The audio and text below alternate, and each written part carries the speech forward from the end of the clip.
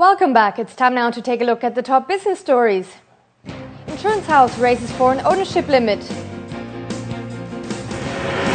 Government contracts to SMEs reach 40 million dirhams. And regulators agree on bank capital surcharge plan.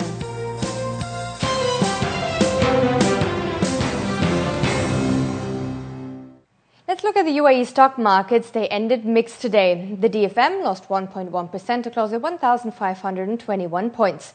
Most shares traded towards the downside, for instance Arab Tech Holding, which lost 2.4%, or Drake & Skull, which fell 2.2%, or Dia Development, which lost 2.1%. And Iman Properties was down 2%.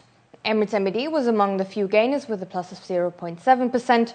Takaful House was the top performer, however, with a plus of 5.6%. 93 million shares were traded, valued at 116 million dirhams. And over in the capital, the ADX rose slightly by 0.1% to close at 2,718 points. Alder Properties fell 2.3%, Suru Real Estate 1.6%. But the stock to lose the most was Abu Dhabi Aviation Company. Its shares fell 8.9% today. Among the gainers, Etisalat was up again by 0.5%, Bank of Sharjah with a plus of 2.8%, and Arkan Building Materials Company, which rallied 6.4%.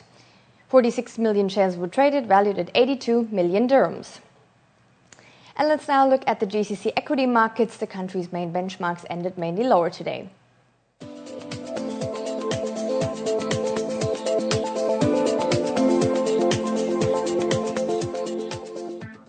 The number of stock-listed companies raising their foreign ownership limit is on the rise. Insurance House is the latest to do so after First Gulf Bank last week.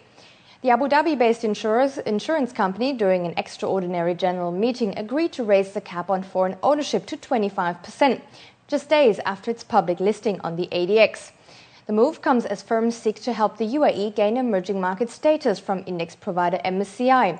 It last week delayed its decision on whether to reclassify the UAE stock market until December. One reason for the delay, the MSCI said, were concerns about foreign investors' limited access to local companies. Because currently the maximum of foreign ownership of listed companies is 49%, however, often well below that threshold. Small and medium-sized companies are the backbone of every economy, including the UAE's, something that the government acknowledges by providing more and more procurement contracts to SMEs. In Dubai, such contracts rose to over 40 million dirhams during the first half this year. This is a clear testament that the public sector is committed to support and drive the growth of SMEs, a senior manager at the government procurement program told a local paper. In turn, the SMEs have proved to be reliable and dedicated partners and provide all services in line with the standards set by the Dubai government. The procurement contracts are part of an initiative by the Emirates government launched back in 2003 that 5% of all government departments' procurement budgets go to SMEs. New customers of Sharjah Electricity and Water Authority will be charged security deposits according to their consumption and no longer a fixed rate, a senior official of SEWA told a local paper. However, only new customers, those who have never used SEWA services or haven't had a rental contract in Sharjah before, will be charged a deposit based on their consumption. Also, officials said that if an existing tenant moves to a new apartment, he can ask SEWA to move the existing deposit onto the new contract, though only if the tenant has already paid the deposit for his current apartment and has good payment history.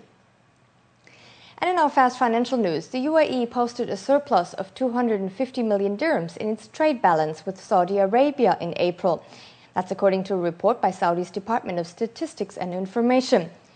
The UAE's exports to Saudi Arabia reached 1.5 billion dirhams during the month, while the Emirates' imported Saudi goods were worth 1.2 billion dirhams.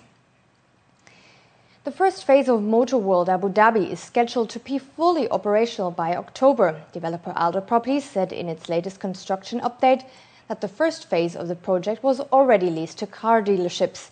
The second phase is expected to open in 2012. Some building materials in the capital during the month of May became cheaper compared to a month earlier. The largest drop was recorded in power cables, which average price fell 3.6% month on month. That's according to Abu Dhabi Statistics Center. Next in line were cement and paint, which became 3% cheaper. However, other building materials prices rose. Electrical wires, for instance, cost 2.3% more. And after the break, we will run you through what's making the headlines in international business today.